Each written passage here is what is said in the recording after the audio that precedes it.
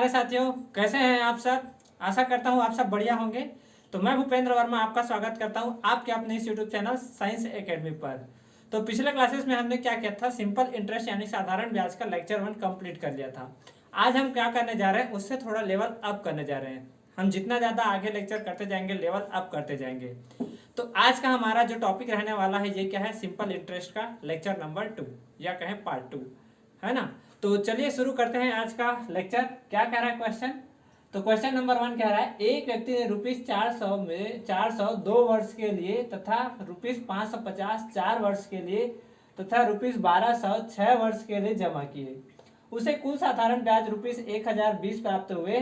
तो वार्षिक ब्याज की दर हमको पूछा जा रहा है। 4 ऑप्शन दिया गया, 10, 5, 15 और 20। तो इस क्वेश्चन को समझने से पहले हम क्या करते हैं, थोड़ा सा बेसिक नॉलेज लेते हैं, उसके बारे में हम क्या करते हैं समझते हैं। ठीक है, तो चलिए समझते हैं। जैसे कि इस क्वेश्चन को समझने से पहले मैं कुछ बातें बेसिक चीजें आपको बता देता हूँ। जैसा कि मैं कहता हूँ कि मार्केट में कोई बुक है जिसको हमका जो कॉस्ट प्राइस है ये कितना है, 200 रुपए है। कितना है, 200 रुपए है। ठीक है, मार्केट में कोई जो बुक सेलर है उसका जो मार्केट प्राइस है उस बुक का वो कितना है, 200 रुपए, यानी कि 200 रुपए में वो आपको बेच रहा है। अब वो कह रहा है कि मेरा इसमें जो प्रॉफिट परसेंट है ये कितना है, 15% है। मतलब हर 100 रुपए में वो 15 रुपए कमा रहा है। तो प्रॉफिट का परसेंट कितना है, 15। यदि इसी प्रॉफिट को अपने को रुपए में पूछता कि कितना रुपए उसको प्रॉफिट हुआ यानी कि लाभ हुआ, तो हम कैसे बताते, तो हम प्रॉफिट को यदि रुपए में बताते तो क्या कहते कि 200 का 15%, 200 का 15%, यही कहते। तो 200 का 15% कैसे निकालते, तो 200 गुणा 15/100, तो यहाँ से ये कट जाता और आंसर क्या आ जाता, 30 रुपए। ठीक है, बातें समझ आती है। ये क्या है, प्रॉफिट रुपए में, ये क्या है, प्रॉफिट परसेंट में। ठीक है, ऐसे ही हमारा क्या होता है, सिंपल इंटरेस्ट होता है। यदि सिंपल इंटरेस्ट को यदि हमको इन रुपए में फाइंड करने को कहता है यानी कि धन में फाइंड करने को कहता है, तो हमारा फॉर्मूला क्या कहता है, P multiply rate into time का परसेंट। परसेंट को हम क्या कहते हैं, डिवाइडेड बाई 100। तो ये हमारा किस में आता, रुपए में आता।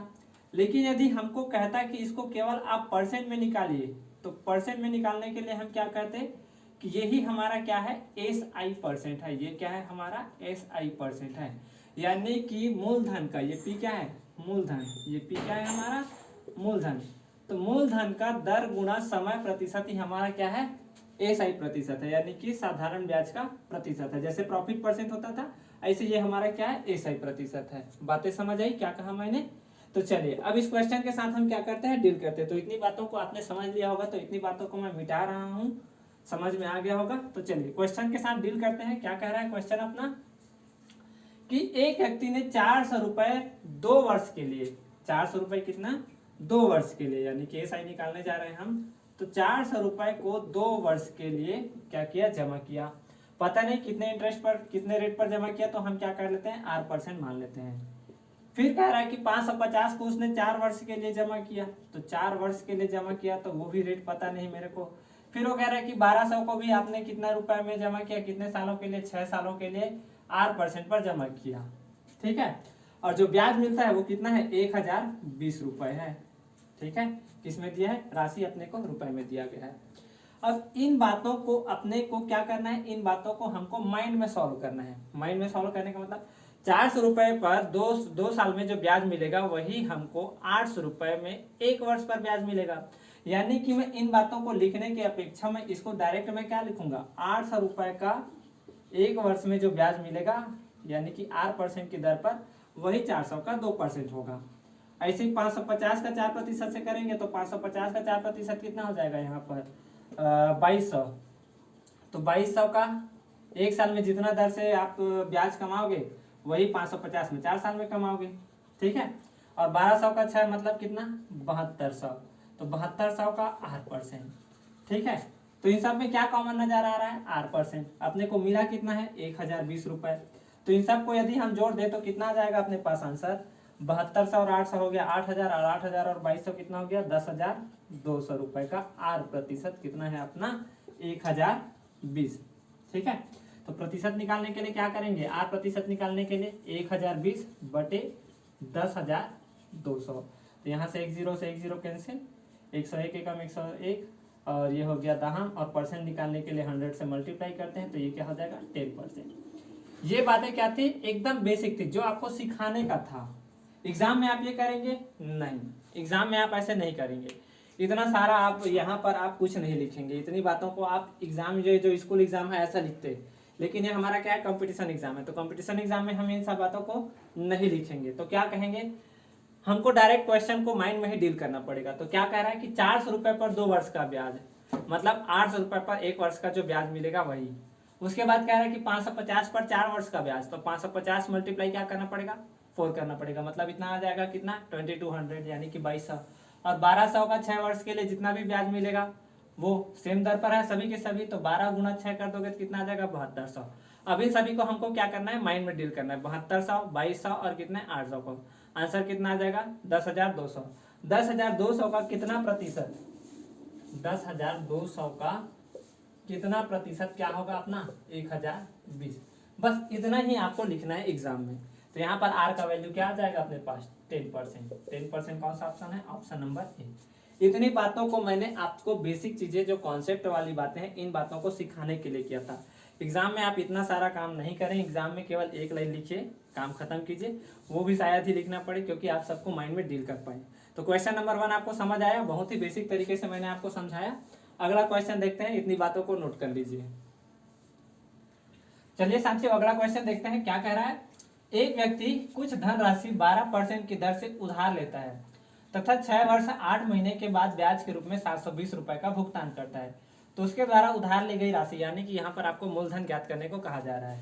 तो सबसे पहले हमको क्या क्या दिया गया है, तो हमको दिया गया है आर, मूलधन नहीं पता, मान लेते हैं कि मूलधन कितना था, मूलधन मान लेते हैं कितना था, पी था, ठीक है। दर कितना दिया गया है 12%, समय दिया गया है 6 वर्ष और 8 महीने में। तो इस महीने को हमको क्या करना पड़ेगा, वर्ष में कैलकुलेट करना पड़ेगा, यानी कि वर्ष में बदलना पड़ेगा, क्योंकि जो भी दर है ये क्या होता है वार्षिक कैलकुलेट किया जाता है, यानी कि ईयरली कैलकुलेट किया जाता है। तो इसको यदि हमको ईयर में बदलना हो तो टाइम को क्या कहेंगे, तो टाइम बराबर क्या दिया गया 6 वर्ष 8 महीने, तो महीने को बदलने के लिए वर्ष में तो क्या करना पड़ेगा 12 से भाग देना पड़ेगा। क्यों, क्योंकि एक वर्ष में 12 महीने होते हैं, तो 8 महीने को वर्ष में बदलने के लिए 8/12 कर देते हैं, तो 4 दूनी 8 और 4 तिया 12, तो यहाँ से 3 छक्के 18 और ये कितना हो गया 2 20, तो 20/3 वर्ष, 20/3 वर्ष। तो हमने बताया था कि एसआई निकालने का तरीका क्या होता है, अभी अभी आपको जब रुपए में, तो क्या होता है ये मूलधन का दर गुणा दर कितना 12%, तो दर गुणा समय, समय कितना 20/3 प्रतिशत, तो प्रतिशत को यदि हम क्या करें, प्रतिशत को यदि हम लिखें तो बटे 100 करके लिख सकते हैं, तो 1/100। यहाँ से आप कैलकुलेट कर लीजिए, 3 चौक 12, तो 20 चौक कितना हो गया 80। अच्छा एसआई का वैल्यू भी अपने को दिया हुआ है, तो एसआई का वैल्यू कितना दिया गया है 720 रुपए, कितना दिया गया है 720 रुपए उसको मिलता है, कहाँ पर है ये रहा, तो 720 रुपए उसको ब्याज के रूप में मिला। मूलधन नहीं पता, ये कितना हो गया 20 चौक 80 बटे में 100, 1 से 1 शून्य कटा, 8 एकम 8 नियम 72 शून्य, 10 इधर मल्टीप्लाई हो जाएगा तो कितना हो जाएगा 900 रुपए, कितना हो जाएगा 900 रुपए। ठीक है, बातें समझ आई, मैंने जो बातें कही बातें समझ आई। देख लीजिए क्या कहा मैंने, पहले टाइम को मैंने क्या किया वर्ष में बदला, वर्ष कितना आया 20/3 साल। उसके बाद क्या किया, एसआई का जो फार्मूला होता है P R into T divided by 100, इसमें मैंने इसको मान को रखा, ये दर था ये समय था, नीचे में 100, तो यहाँ से कैलकुलेट किया तो 3 चौक 12 हो गया, 20 चौक 80, नीचे में क्या था 100, 1 शून्य से 1 शून्य कटा, बचा क्या 8/10, तो 8 नियम 72, 8 शून्य शून्य, 10 से 3 गुणा कर दिया, आ गया कितना 900, यानी कि ऑप्शन नंबर ए। ठीक, इतनी बातों को नोट कीजिए। अगला क्वेश्चन है, राम ने सीता से 3 वर्ष के लिए 14% की दर से, कितने वर्ष के लिए 3 वर्ष के लिए कितने परसेंट की दर से 14% की दर से कितना रुपए उधार लिया 6300 रुपए उधार लिया। ठीक है, उसने इस धन में कुछ धन और मिलाया, यानी कि जो पैसा उधार लिया था 6300 उसमें कुछ और रुपए मिलाए, फिर इसे कितने परसेंट की दर से 16% की दर से गीता को उधार दे दिया। ठीक है, कितने लिए, कितने साल के लिए 3 वर्ष के लिए, कितने वर्ष के लिए 3 वर्ष के लिए। इस प्रकार राम को कितने रुपए का लाभ हुआ 618 रुपए का लाभ हुआ। तो गीता द्वारा ली गई उधार राशि को बारे में आपको बताना है। तो 4 ऑप्शन है आपके पास, चलिए ट्राई करते हैं, क्वेश्चन को समझते हैं पहले। तो पहले कौन दिया था लोन? सीता ने राम को। कितने परसेंट की दर पर दिया था? 14% की दर पर दिया था। ठीक है। फिर राम ने किसको उधार दिया था? 14% की दर पर उधार दिया था। राम ने गीता को कितने परसेंट के उधार पर दिया था? 16% की दर पर उधार दिया था। ठीक है। तो यानी कि गीता को 16% की दर पर ये क्या हुआ? लोन मिला। यदि राम इसको 14% की दर पर ही देता, यदि राम इसको, मैं ऐसा भी लिख सकता हूँ 14 प्लस 2%, यानी कि यदि राम इसको गीता को 14% की दर पर ही उधार देता तो क्या उसको कुछ लाभ होता? नहीं। यानी कि जो भी लाभ हो रहा है वो इस एक्स्ट्रा 2% के कारण ही हो रहा है। जो भी लाभ हो रहा है वो किसके कारण हो रहा है? इस एक्स्ट्रा 2% के कारण ही हो रहा है। तो 6300 का यदि हम 2% निकालें कितने वर्ष के लिए? 3 वर्ष के लिए। तो 6300 का 2% 3 वर्ष के लिए। तो परसेंट से हम क्या करते हैं? बटे 100 लिख दीजिए। ये हमको क्या मिला? ऐसा ही मिला। ठीक है। तो यहाँ से 2 जीरो से 2 जीरो खत्म। आंसर क्या मिलेगा? 63 दूनी 126, 126 दिया 378। यानी कि यदि राम ने इसमें कितना रुपए मिला उसको? यदि 6300 रुपए ही दिया होता, यदि कितना रुपए दिया होता? 6300 रुपए ही दिया होता तो उसको कितना रुपए मिलता? 378 रुपए मिलता। लेकिन क्वेश्चन तो कह रहा है कि उसको कितना रुपए मिला है? 618 रुपए मिला है। कितना रुपए मिला है? 618। यानी कि जो एक्स्ट्रा रुपए आए हैं 378 में माइनस कर दीजिए। तो 8 में 8 गया 0, 11 में 7 गया 4, 5 में 3 गया 2। ठीक है। यानी कि ये जो एक्स्ट्रा 240 रुपए है इसमें राम ने कुछ धन मिलाया था, ये उसका प्रॉफिट है। क्या कह रहा हूं? बातें समझ आई? देखिए शुरुआत में क्या किया था? 6300 रुपए यदि उधार दिया था तो 6300 रुपए ही उधार देता। किसने? सीता ने राम को जो 6300 रुपए उधार दिया था, राम ने भी 6300 उधार मान लो इसको, किसको? गीता को देता तो क्या होता? 14% की दर से देता तो कोई लाभ नहीं होता। लेकिन उसने कितने परसेंट की दर से दिया? 16% से। यानी कि जो प्रॉफिट का मार्जिन है ये 2% की दर से हुआ। यदि 6300 ही दिया होता तो उसका प्रॉफिट कितना होता? 378 रुपया होता। कितना होता? 378 होता। कैसे? 6300 का 6% निकाल लीजिए। मैं बता चुका हूँ आपको ये सब चीजें निकालना पिछले क्लासेस में। परसेंट का नीचे 100 लगा दिए, फिर खत्म कर दीजिए। ठीक है। तो कितना रुपया आता? 378। लेकिन क्वेश्चन कह रहा है ये तो आपको 618 मिला है। तो यानी कि जो एक्स्ट्रा रुपए है, तो 618 में से 378 को माइनस किया, तो यानी कि जो ये एक्स्ट्रा 240 रुपए है ये राम ने कुछ पैसे इसमें मिलाए हैं। किसमें? इस 6300 में, है ना। तब जाकर के ये क्या हुआ? आपको 240 रुपए एक्स्ट्रा मिला।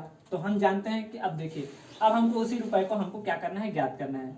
तो मान लेते हैं कि 6300 में पी रुपए किसने मिलाए? राम ने मिलाए। ठीक है।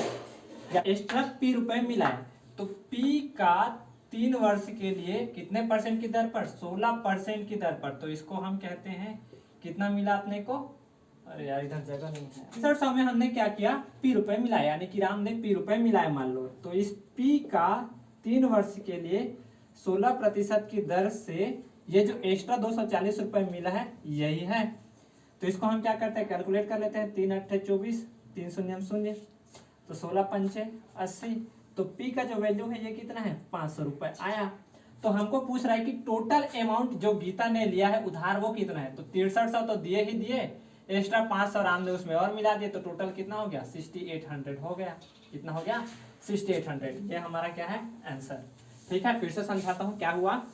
सबसे पहले यदि सीता ने राम को 6300 रुपए उधार दिए, ठीक है, कितने रुपए उधार दिए? 6300 रुपए उधार दिए, सीता ने राम को उधार दिए। अब इस 6300 में राम ने क्या किया? कुछ पैसे और मिला करके गीता को 16% की दर से उधार दे दिया। इसमें उसका प्रॉफिट कितना हुआ? 618 रुपए हुआ। तो मैंने कहा कि यदि उसने 6300 रुपए ही दिए होते तो उसका जो प्रॉफिट मार्जिन है ये कितना होता? 2% होता।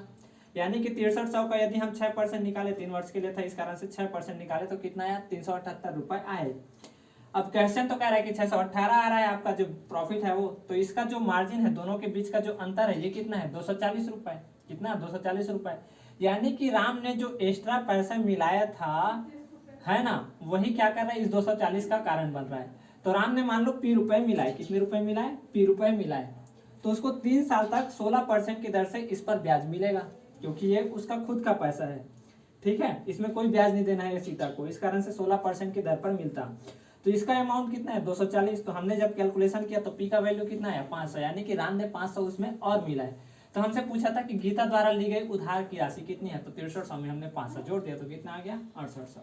तो ये था आंसर। लेकिन क्या एग्जाम में हम इतनी बातों को लिखेंगे? नहीं, ये सब हम आपको बताने के लिए कर रहे हैं, यानी कि समझाने के लिए था। इसको आप क्या करते हैं, माइंड में वर्बली डील कर सकते थे। कैसे करते? चलो इतने बातों को मिटाएं। रुपए का उधार दिया गया है, कितने परसेंट की दर से? 16% की दर से, यानी कि जो अमाउंट में दोनों के बीच का जो अंतर है कितना है? 2% है। तो 6300 का हम क्या करते हैं, यहाँ पर कितना परसेंट निकाल लेते हैं? 6% निकाल लेते हैं। तो परसेंट निकालते हैं तो 2 जीरो से 2 जीरो कट हो जाता है, कितना आ जाता? 378। जबकि क्वेश्चन कह रहा है आपको 618 रुपए मिले, तो 618 रुपए मिले तो इनमें से तो अंतर कितना है? 240। तो 240 अंतर किसके कारण बना? जो एक्स्ट्रा राशि मिला है उसके कारण। तो पी का कितना परसेंट? 16 या 48%। परसेंट मतलब ये कितना है? 240 रुपए है। तो इसको कैलकुलेशन किया तो पी का वैल्यू कितना आया? 500 आया। अब 63 में इसी 500 को आप जोड़ दीजिए। ठीक है, ये सब आप क्या कर सकते थे, अपने इतना जल्दी से कैलकुलेशन करके काम कर सकते थे। ये आपको समझाने के लिए था, ये आप क्वेश्चन एग्जाम में ऐसे करके आते हैं। तो इतनी बातों को नोट कर लीजिए, बाकी बातें। चलिए नेक्स्ट क्वेश्चन देखते हैं क्या कह रहा है। एक आदमी के द्वारा अपने दोनों बेटों के, यानी कि 2 बेटों के बैंक खातों में 25,000 जमा किए। बहुत ही अमीर लग रहा है आदमी क्या कह रहा है? 25,000 रुपए जमा किए। कितने? दोनों बेटों के अकाउंट पर। क्या कह रहा है कि उनकी आयु 18 वर्ष होने पर 5% की दर से उन्हें समान ब्याज मिले। बात देखिए क्या कह रहा है, समान ब्याज मिले। 2 कंडीशन आती है, देखिए एक आती है इक्वल एसआई, यानी कि दोनों का ब्याज समान हो, और एक आता है इक्वल अमाउंट। दोनों पर क्वेश्चन आएंगी, दोनों बातों को अच्छे से ध्यान से देखिए। अमाउंट क्या होता है? मूलधन और ब्याज को जोड़ जाने पर जो हमको अमाउंट मिलता है, यानी कि जो राशि होती है उसको हम क्या कहते हैं? मिश्र धन। ठीक है, तो ये जो क्वेश्चन है ये किसका है? इक्वल एसआई का, यानी कि दोनों को जो ब्याज है ये समान मिल रहा है। यदि उनकी आयु 12 वर्ष एवं 14 वर्ष है तो छोटे बेटे का हिस्सा ज्ञात कीजिए, यानी कि छोटे बेटों को 18 वर्ष कंप्लीट होने पर कितनी राशि मिलेगी, इस बात को पूछा जा रहा है। ठीक है, क्वेश्चन जरूर टफ लग रहा है लेकिन बहुत ही आसान है। पहले कॉन्सेप्चुअल बातें करेंगे, यानी कि कॉन्सेप्ट से सीखेंगे, उसके बाद हम क्या करेंगे कि इसको हम शॉर्ट ट्रिक से देखेंगे। चलिए क्वेश्चन देखते हैं क्या कह रहा है कि एक आदमी द्वारा दो बेटे हैं, तो हम क्या कर लेते हैं? एक्स और वाई मान लेते हैं। ठीक है, एक्स हमारा क्या है? छोटा बेटा, जिसकी आयु क्या है? जिसकी आयु कितनी है? 12 वर्ष। ठीक है, वाई रेशियो नहीं। और ये क्या है? बड़ा बेटा है। ठीक है, जिसकी आयु कितनी है? 14 वर्ष। ठीक है, यानी कि छोटे बेटे को कितने वर्ष तक मिलेगा? 18 वर्ष। 18 वर्ष मतलब 6 वर्ष तक जो है क्या मिलेगा? ब्याज मिलेगा। तो 6 वर्ष तक ब्याज मिलेगा। कितने परसेंट की दर से? 5% की दर से। ठीक है, दोनों का ब्याज बराबर है तो दोनों को हम क्या कर देंगे? बराबर कर देंगे। और बड़े बेटे को कितने वर्ष तक ब्याज मिलेगा? 4 वर्ष तक ब्याज मिलेगा। कितने परसेंट की दर से? 5% की दर से। हमने दोनों ब्याज को हमने क्या कर दिया? बराबर कर दिया, जैसा क्वेश्चन में कहा था। बातें समझ आई? 6 वर्ष तक 5% की दर से, एक को 4 वर्ष तक 5% की दर से ब्याज मिलेगा। ठीक है, और दोनों का जो ब्याज है ये क्या होगा? बराबर होगा। ये हमको क्वेश्चन में कहा था। तो यहाँ से हम 5% से 5% को क्या कर देंगे? कट कर देंगे। तो 6x बराबर क्या आया अपने पास? 4y। इसको और कटाना चाहो तो कटा सकते हैं। 2 तिया 6, 2 दूनी 4। तो x और y को इधर ला लेते हैं तो क्या हो जाएगा? y बराबर ये हो जाएगा 2 और 3 जाएगा नीचे में, यानी कि x को 2 रुपए मिले होंगे और y को कितने मिले होंगे? 3 रुपए मिले होंगे। y को कितने मिले? 3। तो दोनों को मिला करके कितने मिले होंगे? 5। हमारे हिसाब से कितने मिले? 5। लेकिन क्वेश्चन कह रहा है इनको तो कितना मिला है? 25,000 मिला है। कितना मिला है? 25,000, यानी कि कितने गुना ज्यादा? 5,000 गुना ज्यादा। तो हमको पूछ रहा है कि छोटे बेटे का हिस्सा, तो छोटे बेटे को हमने क्या माना था? x। तो छोटे बेटे का हिस्सा कितना है? 2। तो 2 गुना 5 कितना कर दोगे? तो 5,000 गुना कर दोगे कितना आ जाएगा? 10,000, यानी कि ऑप्शन नंबर ए।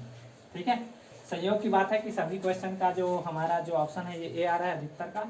ऐसा एग्जाम में ना करे कि सीधा ए को ही टिक कर लगा करके आ जाए क्वेश्चन को। ये था हमारा कॉन्सेप्ट वाली बात। इतनी बातें क्या एग्जाम में लिखनी है? नहीं, इतनी बातें हमको एग्जाम में नहीं लिखनी। तो कितनी बातें लिखनी है हमको? यहाँ पर क्या करना है? कुछ बातें माइंड में डील करनी है, यानी कि हमको माइंड में सॉल्व करना है। पेन कम से कम चलाना है, वर्बली डील करनी है। तो क्या कह रहा है क्वेश्चन? एक बेटा है जिसकी उम्र 12 साल है, तो 12 साल है तो उसको 6 वर्ष तक ब्याज मिलेगा। कितने परसेंट की दर से? 5% की दर से, यानी कि 30 रुपए उसको ब्याज मिले होंगे। दूसरा जो बेटा है उसको कितना मिला 14 वर्ष तक, 4 वर्ष तक कितने परसेंट की दर से, 5% की दर से। यानी कि x का 30% और y का 20% आपस में क्या होगा, इक्वल। तो 20 से 0 से 0 कट गया, परसेंट से परसेंट कट गया, क्या आया 3x बराबर 2y। तो 3 और 2 कितना हो गया 5, 3 और 2 कितना हो गया 5। तो हम क्या करते हैं, इसको माइंड में ही सॉल्व कर लेते हैं, यानी कि डायरेक्ट हम इसको इधर ऐसे बस लिख सकते हैं कि 3x बराबर 2y। तो x y y बराबर कितना हो जाता है 2/3। अब इतना को सॉल्व करके 5 का वैल्यू 25 के है, तो 1 का वैल्यू कितना है 5 के है, तो यहाँ से हम सॉल्व कर लेते हैं। इतनी बातें बस लिखने की जरूरत थी, इतना सारी बातें बताने की जरूरत आपको नहीं थी। ठीक है, जहाँ तक बातें समझ आई नोट कीजिए इतनी बातों को। फिर अगला क्वेश्चन देखते हैं। चलिए साथियों, अगला क्वेश्चन देखते हैं क्या कह रहा है कि एक आदमी 3 विभिन्न योजनाओं में 6 वर्ष, 10 वर्ष व 12 वर्ष के लिए 10%, 12% व 15% साधारण ब्याज की दर से कुछ धन निवेश करता है। प्रत्येक योजना के अंत में वह समान साधारण ब्याज, फिर से क्वेश्चन किसका है, इक्वल SI का, यानी कि साधारण ब्याज का, उसके निवेश का अनुपात आपको पूछ रहा है। यानी कि उसके निवेश का अनुपात आपको क्या करना है, ज्ञात करना है। कौन कौन सा अमाउंट दिया गया, 6 वर्ष, 10 वर्ष और 12 वर्ष, कितने परसेंट की दर से, ये। यानी कि सभी का जो मूलधन है ये क्या है, इक्वल है क्या, नहीं।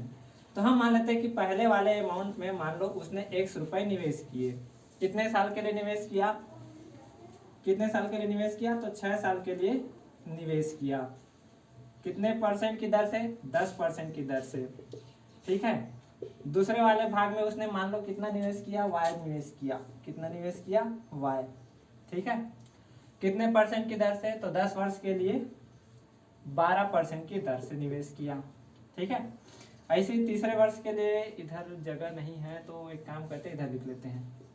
ठीक है, तीसरे वर्ष के लिए मान लो उसने जेड राशि कितने वर्ष के लिए, 12 वर्ष के लिए कितने परसेंट की दर पर, 15% की दर पर निवेश किया।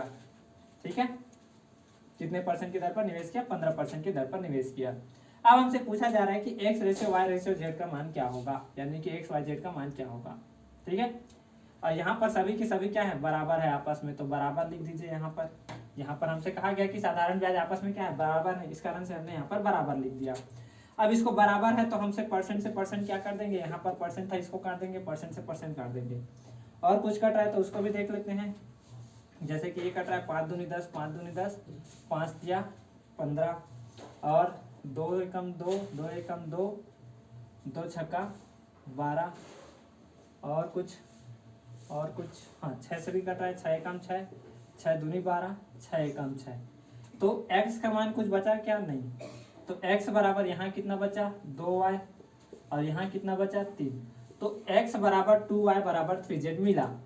तो इन तीनों का जब हम क्या करेंगे, एलसीएम लेंगे तो कितना आ जाएगा 6। तो ये एलसीएम कितना आ जाएगा इन तीनों का, 1 2 व 3 का एलसीएम कितना आ जाएगा यहाँ पर 6। तो x का यहाँ पर कुछ नहीं है तो यहाँ क्या कर देंगे, 6 से डिवाइड कर देंगे। यहाँ भी हम क्या करेंगे, 2y में 6 का डिवाइड करेंगे और 3z में भी हम क्या करेंगे, 6 का डिवाइड कर देंगे। ठीक है, तो यहाँ पर क्या आ जाएगा, 2 एकम 2, 2 तिया 6, 3 एकम 3, 3 दूनी 6। तो जो नीचे में इनका जो राशि लिखी हुई है, यानी कि जो वैल्यू लिखी हुई है, यही इनका क्या है, अनुपात है। तो x ratio y ratio z बराबर क्या आ जाएगा, 6 रेशियो 3 रेशियो 2। तो कौन सा है ऑप्शन नंबर डी। ठीक है, ऑप्शन नंबर ए और डी में कुछ समानताएं हैं, ध्यान से टिक करना। क्या है अपना रेशियो, 6 रेशियो 3 रेशियो 2, ना कि 3 रेशियो 6 रेशियो 2। तो एग्जाम में सब इतना करना है क्या, नहीं, एग्जाम में इतना सब नहीं करना है। एग्जाम में हमको क्या करना है, माइंड में डील करना है। तो माइंड में डील करने के लिए हमको क्या करना पड़ेगा, जो राशि हमको दी गई है ऐसा ही परसेंट निकाल लीजिए। तो 6 वर्ष 10% के लिए मतलब 60, ऐसे ही 12% 10 वर्ष के लिए तो 120, 15% 12 वर्ष के लिए मतलब कितना 180। तो कितना आ जाएगा, 60x बराबर 120y बराबर 180z। तो 60 से काट दीजिए तीनों को तो कितना आ जाएगा, x बराबर 2y बराबर 3z। यहाँ से आप क्या कर लीजिए, x y z का वैल्यू कैलकुलेट कर लीजिए जैसा कि हमने बताया है आपको। ठीक है, तो इस क्वेश्चन को आपको समझ आया होगा। चलिए नेक्स्ट क्वेश्चन देखते हैं, ऐसे ही क्वेश्चन होगा। अगला क्वेश्चन देखते हैं, ये थोड़ा सा टफ है। क्वेश्चन क्या कह रहा है, एक धन राशि को 3 हिस्सों में इस प्रकार से निवेश किया गया कि पहले भाग का 3 वर्ष का 4% की दर से, दूसरे भाग का, देखिए क्या क्या डाटा दिया गया है, हर डाटा को अंडरलाइन करते हैं। पहले भाग का 3 वर्ष का 4% की दर से मतलब 12%, x का 12%। दूसरे भाग का 4 वर्ष का 5% की दर से तथा तीसरे भाग का 5 वर्ष का 15% की दर से साधारण ब्याज समान है और प्रत्येक भाग पर आपको कितने रुपए मिल रहे हैं? 600 रुपए मिल रहे हैं। तो आपको पूछ रहा है कि तीनों भाग ज्ञात करना है। देखिए पिछले क्वेश्चन में क्या होता था कि हमको अमाउंट नहीं दिया होता था, अमाउंट नहीं दिया होता था तो हम क्या करते थे कि तीनों राशि को इक्वल करते थे, उनका रेशियो निकालते थे। यहाँ पर हमको क्या दे दिया गया है? अमाउंट दे दिया गया है। तो क्या फिर से वही मेथड दोहराएंगे? नहीं, इस बार थोड़ा सा डिफरेंट रहेगा। पहले मैं आपको कॉन्सेप्चुअल बताता हूँ, फिर आप क्या करेंगे? इसको माइंड में डील करने की कोशिश करेंगे। प्रैक्टिस आपको बेटर बनाएगी। चलिए देखते हैं क्वेश्चन क्या कह रहा है। तो मान लेते हैं कि पहला राशि हमारा क्या रहा होगा? x रहा होगा। उसका 3 वर्ष का 4% मतलब कितना? 12%। कितना रहा होगा? 600। परसेंट को डील करने का तरीका क्या? नीचे में 100 लिख दीजिए, ये फॉर्मूला ही तो होता है। तो क्या हो जाएगा? 12 पंचे 60, 12 शून्यम शून्य। तो x का वैल्यू क्या आ जाएगा यहाँ पर? 5000। ठीक है, तो 5000 किस में है? केवल सी में है। शुरुआत का अमाउंट 5000 है। अच्छा, कई बार लग रहा होगा कि कंफ्यूजन सर ए और सी में दोनों में 5000 है, तो दूसरा वैल्यू भी निकाल लेते हैं। जैसे कि हमारे पास क्या है? y। मान लेते हैं कि दूसरा अमाउंट क्या है? दूसरे भाग का अमाउंट क्या है? y। उसको कितने वर्ष के लिए आपने इन्वेस्ट किया? 4 वर्ष के लिए 5% की दर से। तो एसआई का परसेंट क्या आ जाएगा? 20%। तो परसेंट का डील करने का तरीका बटे 100 बराबर कितना मिल रहा है? अमाउंट 600। क्वेश्चन में क्या कहा है? साधारण ब्याज सबका समान है, यानी कि सब में आपको 600 रुपए ही मिलेंगे। तो यहाँ से ये कट 2 3 6 2 शून्य शून्य। तो एक्स वाई का वैल्यू कितना हो जाएगा? 3000। वाई का वैल्यू कितना आया? 3000। अब लास्ट अमाउंट निकालने का तरीका आपको पता है, कैसे निकालेंगे?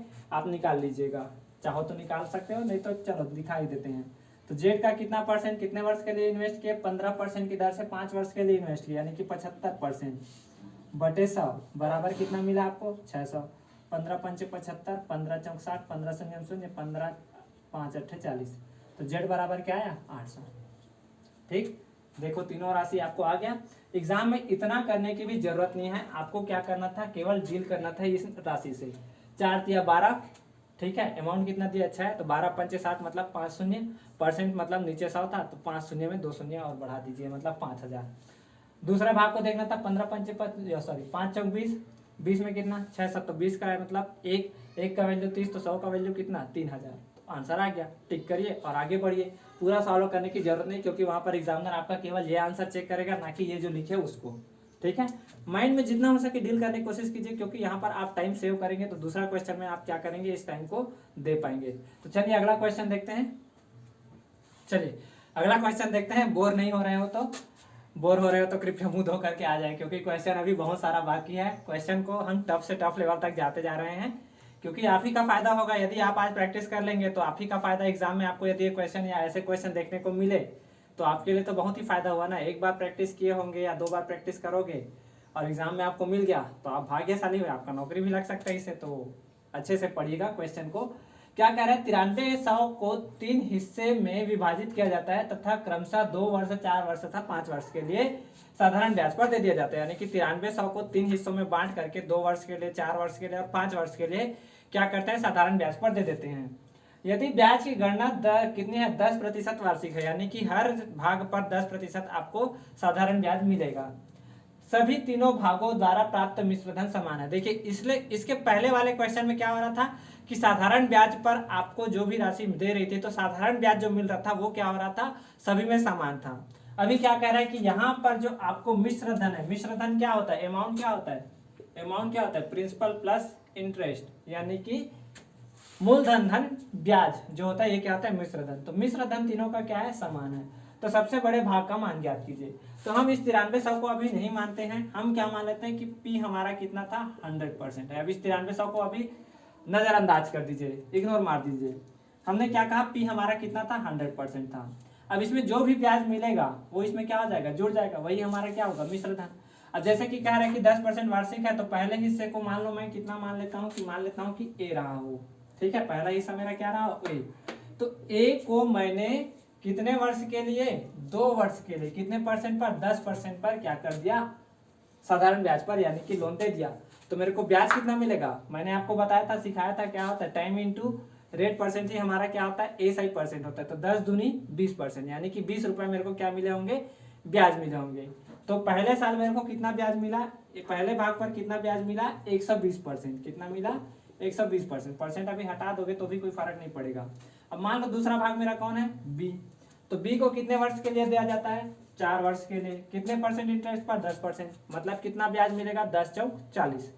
मतलब 100 रुपए तो मूलधन था ही, 40 रुपए ब्याज मिला, मतलब अमाउंट कितना हो गया, 140। अमाउंट कितना हुआ, 140। और तीसरा भाग मान लेते हैं सी। अब सी को कितना मान दिया है, 5 वर्ष के लिए। कितने परसेंट पर, 10% पर। मतलब कितना ब्याज मिलेगा, 10 पंचे 50।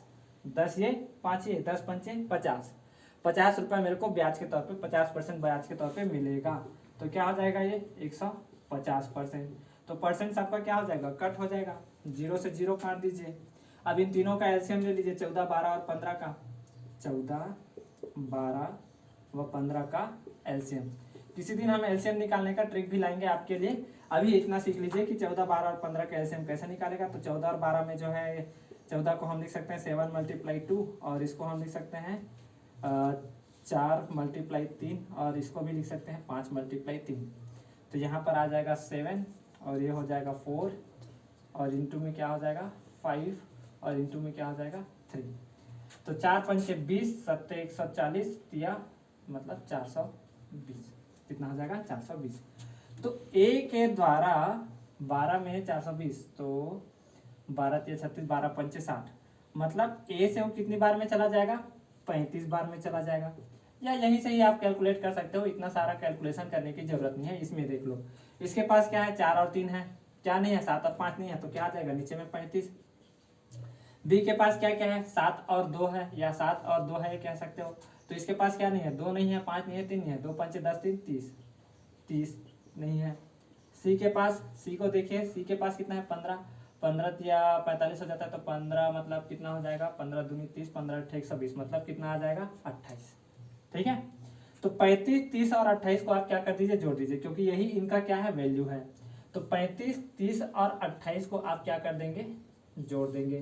तो आंसर कितना आ जाएगा हमारा 93। जोड़ के देख लीजिए, 5 8 13, 3 1 हासिल, 2 1 3, 3 3 6, 3 8 और 1 9। ठीक है, ठीक है, देख लीजिए जोड़ करके, 8 5 13 की 3, 2 1 3, 3 3 6, 3 9। ठीक, तो 93 में हमारा वैल्यू कितना आया, 93। जबकि क्वेश्चन कह रहा है कि ये तो भाग कितना था, 93 100 था, मतलब हर कोई कितना है, 100 गुना बड़ा है। तो हमसे क्वेश्चन क्या कह रहा है, सबसे बड़े भाग, सबसे बड़ा भाग कौन है, 35। तो 35 का वैल्यू क्या आ जाएगा, मल्टीप्लाई 100 कर दीजिए, तो कितना आ जाएगा ये 3500, यानी कि ऑप्शन नंबर सी। अब क्या इतनी बातों को हमको लिखना पड़ेगा एग्जाम में, जी नहीं, आप कम से कम लिखिए। ये तो मैं आपको समझाने के लिए हर एक चीज को यहाँ पर लिख रहा हूँ। इतनी बातों को आप क्या कर सकते थे, माइंड पर डील कर सकते थे। कैसे कि 2 वर्ष के लिए 2 वर्ष के लिए 10%, तो मतलब 20, यानी कि 120 रुपए। 4 वर्ष के लिए 10% मतलब 140 रुपए, और 5 वर्ष के लिए 5 वर्ष के लिए 10%, तो कितना हो गया 5, मतलब 10 पंचे 50, मतलब 150। तो 120, 140 और 150 तीनों आपस में क्या है, बराबर है। तो तीनों का एलसीएम निकाले तो इतना इतना आया। ये बस आप क्या करते, कैलकुलेट करते, इतना लिखने की भी जरूरत नहीं थी। ठीक है, तो आशा करता हूँ कि आपको क्वेश्चन समझ आया होगा।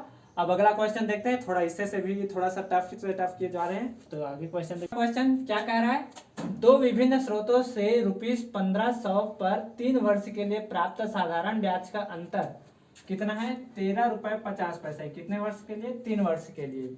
तो उनकी ब्याज दरों में अंतर है। ये थोड़ा टाइप दूसरा है। तो इसको हम, इस क्वेश्चन को समझने से पहले हम क्या करते हैं कि एग्जांपल को समझते हैं, इसको बेसिक मेथड से समझते हैं, कॉन्सेप्ट समझते हैं, इसके पीछे का क्या है। जैसे कि मान लेते हैं कि मेरे पास कितने रुपए थे, 600 रुपए थे। अब इस 600 रुपए पर मान लो मैं 4% की दर से किसी को उधार दिया, तो कितने रुपए मिलता मेरे को, 24 रुपए मिलता। कितने रुपए मिलता, 24।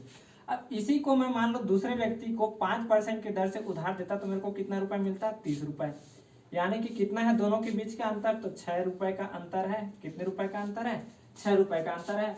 अच्छा, इस 5 को मैं ऐसा भी तो लिख सकता था कि क्या, 4 + 1% है कि नहीं है। तो 600 का यदि मैं इस 1% में निकालता तो आंसर कितना आता, 6। यानी कि इन दोनों के बीच का अंतर कौन है, ये 1। ये 1% से ही क्या हो रहा है, मेरे को एक्स्ट्रा रुपए मिल रहा है। तो सेम क्वेश्चन ऐसा ये भी है। यहाँ पर हमारे पास अमाउंट क्या है, कुछ दूसरा है। तो जैसे कि हम कहें कि इस अमाउंट को कितना है, 1500 रुपए है। तो 1500 का 3 वर्ष के लिए मान लेते हैं कि 8% की दर से, क्योंकि यहाँ पर ब्याज का जो अंतर है ये हमने क्या मान लिया, ये अंतर है, ब्याज का अंतर है, 8% की दर से। अब परसेंट को हमको क्या करना पड़ेगा, 100 में कन्वर्ट करना पड़ेगा, नीचे में 100 लगा दीजिए, यहाँ से 2 जीरो कैंसल। कितना दिया है, अंतर कितना है, 13 रुपये 50 पैसे हैं। ठीक है, कितने हैं, 13 रुपये 50 पैसे हैं। तो हमको पूछ रहा है कि इस आर का वैल्यू क्या होगा, तो आर का वैल्यू निकालने के लिए क्या होगा, 15 या 45, ये उसके नीचे में चला जाएगा, तो 13.5/45। ठीक है, 13.5 कितना है, 45। अब इसको हमको क्या करना पड़ेगा, कैलकुलेट करना पड़ेगा। तो कैलकुलेट करने के लिए नीचे में 10 लगा दीजिए, गुणा 45 कर लीजिए। 45 का पहाड़ा आता हो तो ठीक है, नहीं तो आप कटा सकते। तो 45 से कम 45 दिया।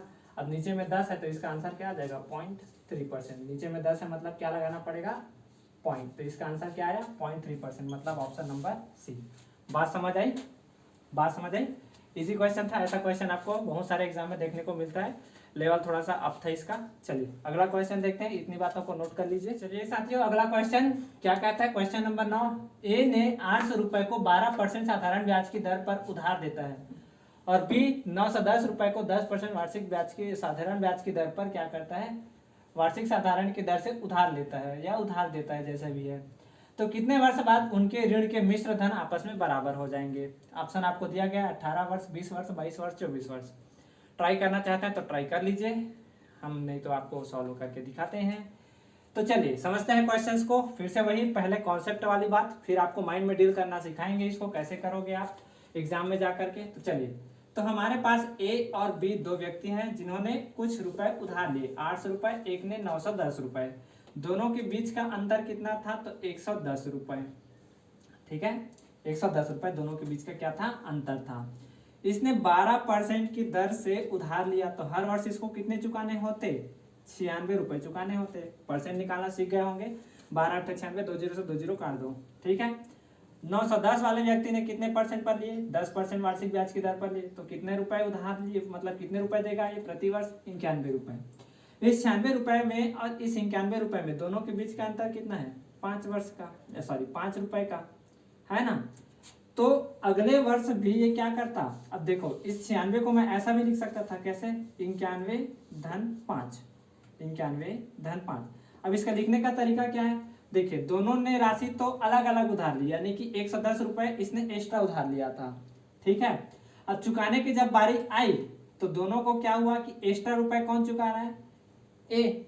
कितना एक्स्ट्रा रुपए चुका रहा है, 5 रुपए एक्स्ट्रा चुका रहा है। तो ऐसे कितने कितने दिन तक वो 5 रुपए एक्स्ट्रा चुकाएगा कि उसका मिश्र धन, यानी कि इसका जो ब्याज राशि है इस मूलधन के साथ और इसका जो मूलधन, सॉरी ब्याज का जो राशि है मूलधन के साथ, दोनों आपस में क्या हो जाए, इक्वल हो जाए। यानी कि दोनों का जो अमाउंट है ये क्या हो जाए, इक्वल हो जाए।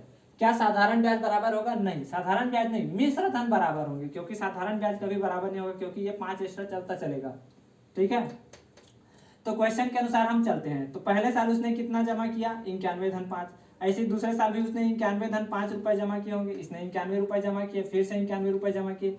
ये क्रम क्या होता रहेगा, चलता रहेगा। तो ऐसे कितने वर्ष तक वो क्या करेगा, एक्स्ट्रा 5 रुपए जमा करेगा, ये हमसे क्वेश्चन में कह रहा है। तो ये जो एक्स्ट्रा है ये कितना है, 110 रुपए का अंतर है दोनों के बीच। तो ये जो एक्स्ट्रा 110 रुपए है इसी को हमको क्या करना है, बांटना है। तो हर वर्ष वो कितना रुपए क्या कर रहा है, 5 रुपए पे कर रहा है। तो इस 110 रुपए को कितने दिन में पे कर लेगा, तो 22 वर्ष में क्या कर लेगा, पेड कर लेगा। बातें समझ आई। दोनों का जो ब्याज है 91 देता तो बराबर नहीं होता, लेकिन वो एक्स्ट्रा 5 रुपए दे करके इस अंतर को क्या कर रहा है, कम कर रहा है। तो कितने वर्षों में ये कम होगा, तो हमने क्या कर दिया, 110 में 5 को डिवाइड कर दिया। ये तो थी क्या आपकी कॉन्सेप्ट वाली बात। क्या एग्जाम में इतना करना है, जी नहीं।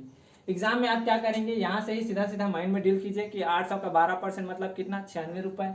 910 का 10% मतलब कितना, 91 रुपए है। दोनों के बीच का अंतर कितना है, दोनों के बीच के अंतर 110 रुपए।